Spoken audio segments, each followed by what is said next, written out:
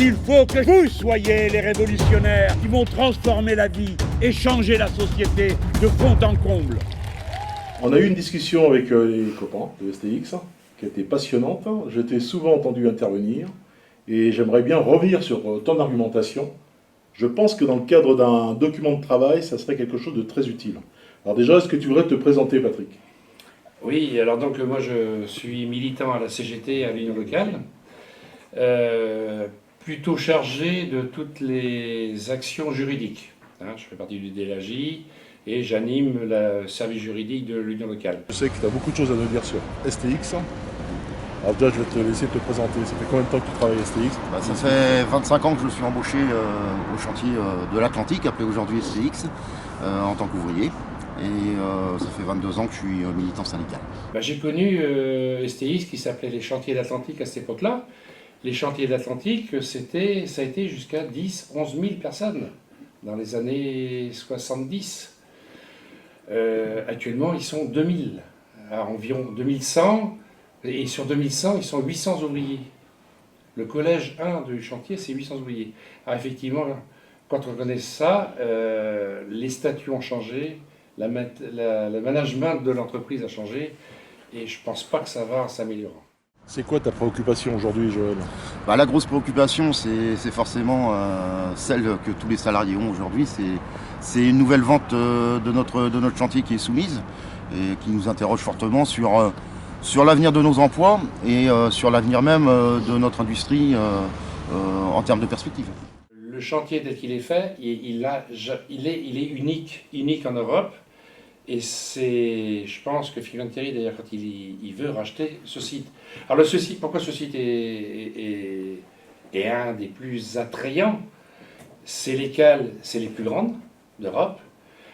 On a le portique le plus fort d'Europe aussi, et je crois que presque du monde, j'en sais rien, du monde. Oui, où on peut soulever 1200 tonnes. La question qui revient souvent aujourd'hui, qui fait débat, c'est la question de la nationalisation de notre entreprise. Je crois que une nationalisation, pourquoi pas, mais derrière, quel contenu on y met, quel contenu social on y met, et quel contenu de politique industrielle on y met. C'est cette question-là, parce qu'il ne faudrait pas que la revendication de la nationalisation, ça soit un petit peu un plat sur une jambe de bois. En quoi le CDIC impacte STX ? Alors le CDIC est très peu connu dans le monde du travail. Il existe, il est courant dans le travaux public. Alors le CDIC, c'est un contrat à durée indéterminée de chantier. Alors, il est indéterminé parce que il a un objet. Donc il ressemble un peu au CDD. Le CDD, c'est pareil, il faut avoir un objet pour faire un CDD. Le CDD, par contre, il a un garde-fou légal autour de lui. Le Code du travail l'a bien légalisé. Le CDIC, très peu. Le CDIC, il est inacceptable.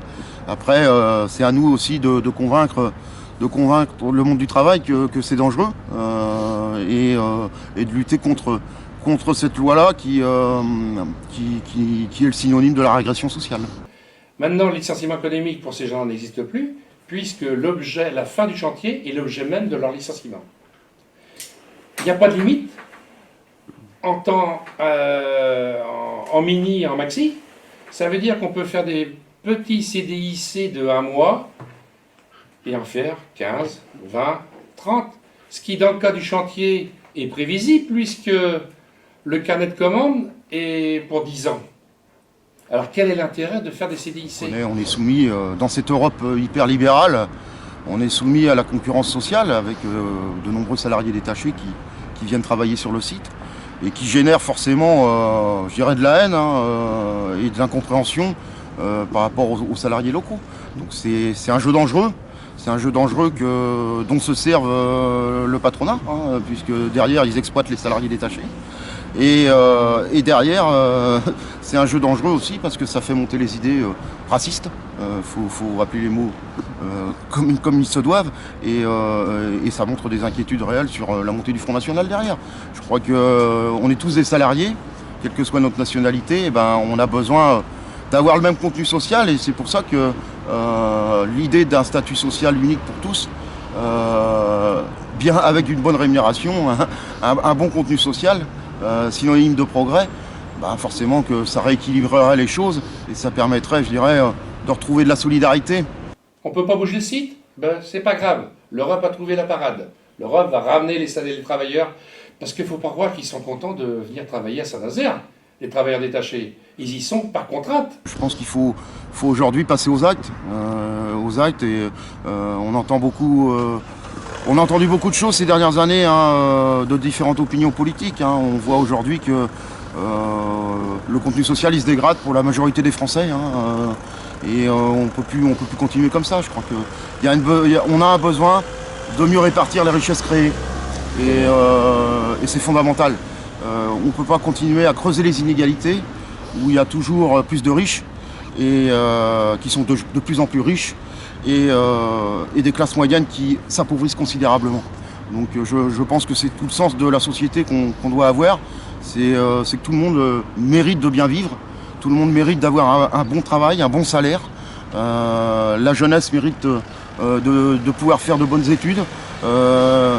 Enfin voilà quoi, je dis tout ça dans l'intérêt du progrès pour le peuple.